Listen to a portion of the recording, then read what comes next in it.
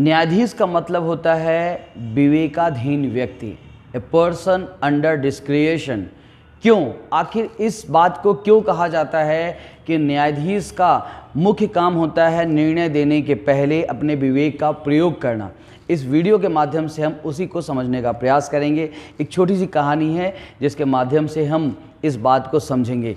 कहानी ऐसी है कि एक सुवर्धन नाम का राजा था, बहुत अच्छा राजा था, अपना प्रजा का पूरा ध्यान रखता था। न्याय में विलम्ब होना यानी कि डिले जस्टिस उसको बिल्कुल पसंद नहीं था और इसीलिए वो प्रयास करता था कि सही जजमेंट दे। झूठी गवाही, शिकायत उसको बिल्कुल पसंद नहीं थी। और कई बार यदि ऐसा होता था कि कोई झूठी गवाही देता था या झूठी शिकायत करता था, कंप्लेंट, फॉल्स कंप्लेंट करता था, तो वहाँ पर उसके खिलाफ भी कार्रवाई करता था। मामला ऐसा हुआ कि एक बार राजा के समीप एक गरीब व्यक्ति आया और उसने कहा कि साहब, मैं झुग्गी झोपड़ी में रहता हूँ, भीख मांगता हूँ और मेरी कुटी से मेरी थाली, भिक्षा पात्र, रोटी बनाने का चौका, भोजन पात्र, तकिया, पूजा, भजन वाद्य यंत्र, इन सब की चोरी हो गई और कृपया करके चोर का पता बताएं और मेरी वस्तु मुझे वापस दिलवाएं। ठीक है ना।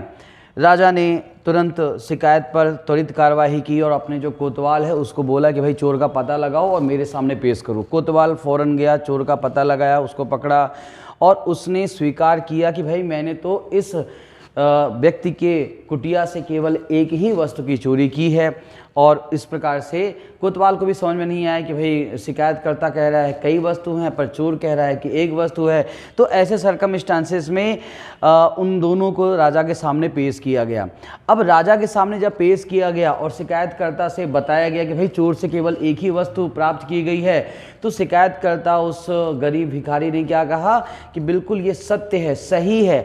अब यहाँ पर राजा, कोतवाल, चोर सभी परेशान हो गए। भाई ये यहाँ पर तो कह रहा है कि इतनी सारी वस्तुएं हैं और चोर केवल एक ही वस्तु के बारे में बातचीत कर रहा है।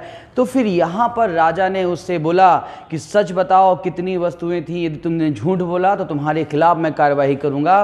तो फिर ऐसे कंडीशन में उस गरीब व्यक्ति ने राजा को पूरी कहानी समझा दी कि किस प्रकार से एक ही वस्तु की चोरी सत्य है। ठीक है ना। और राजा जब सब कुछ समझ गया तो उसके बाद राजा ने शिकायतकर्ता को आदर सहित प्रणाम कर सम्मानित किया और चोर को दंडित किया। अब यहाँ पर मुद्दे की बातचीत ये है कि शुरुआती कहानी में हम लोगों ने ये पढ़ा कि भाई यहाँ पर जो शिकायत करता था उसका कहना था कि मेरी कई वस्तुएं चोरी हुई हैं, लेकिन यहाँ पर चोर का कहना है कि मैंने तो भाई एक ही वस्तु की चोरी की है। और राजा ने यहाँ पर अपने विवेक का, डिस्क्रिएशन का प्रयोग करके निर्णय दिया। समझिएगा, शिकायतकर्ता की वाकई एक ही वस्तु चोरी हुई थी। एक कह सकते हो थाली, एक बर्तन उसका चोरी हुआ था। उसी बर्तन को जो शिकायत करता था, कभी तकिया बना के सो जाता था, उसी से भीख मांग लेता था, उसी में खाना खा लेता था, उसी बर्तन से जो है तो वह भगवान का भजन गा लेता था। तो एक ही बर्तन का वो कई प्रकार से उपयोग लेता था।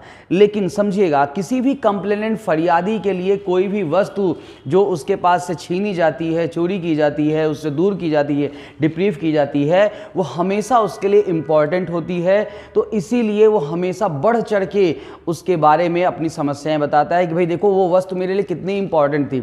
जबकि चोर के लिए हमेशा, जो चोर होता है, जो थेफ्ट होता है, जो एक्यूज होता है, जिसको अपन अभियुक्त बोल सकते हैं, उसकी एक हमेशा आदत होती है कि अपनी गलती को बिल्कुल छोटा बताना कि भाई देखो मैंने इतनी छोटी, मतलब इतनी बड़ी गलती नहीं की है, बहुत छोटी सी गलती है और इसके लिए मुझे इतनी बड़ी सज़ा नहीं मिलनी चाहिए। तो इस प्रकार से कह सकते हैं कि इसीलिए आपके थोड़ा सा मैं यहाँ पर यदि लॉ को भी इंक्लूड करूँ तो इसीलिए CRPC की सेक्शन 200 में ये कहता है कि भाई किसी भी कंप्लेनेंट की मजिस्ट्रेट को पहले एग्जामिनेशन करनी चाहिए, परीक्षा करनी चाहिए, क्या उसने जो कंप्लेंट दी है सही है कि नहीं दी है।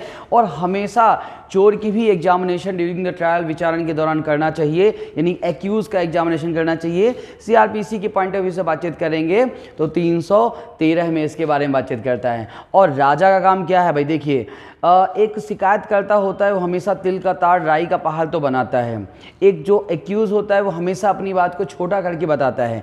तो यहाँ पर जो राजा होता है यानी कि जो न्यायाधीश होता है उसका काम क्या होता है कि अपने विवेकाधिकार का प्रयोग करके, अपने डिस्क्रिशनरी पावर का यूज़ करके वो सही निर्णय तक पहुँचे, और यही सही जजमेंट करने का तरीका होता है। उम्मीद करता हूँ कि छोटी सी वीडियो के माध्यम से मैं आपको बताने में सक्षम रहा हूँ कि किस प्रकार से एक न्यायाधीश अपने विवेक का प्रयोग करके जजमेंट कर सकता है। मिलते हैं नेक्स्ट वीडियो में। जय हिंद, जय भारत, नमस्कार।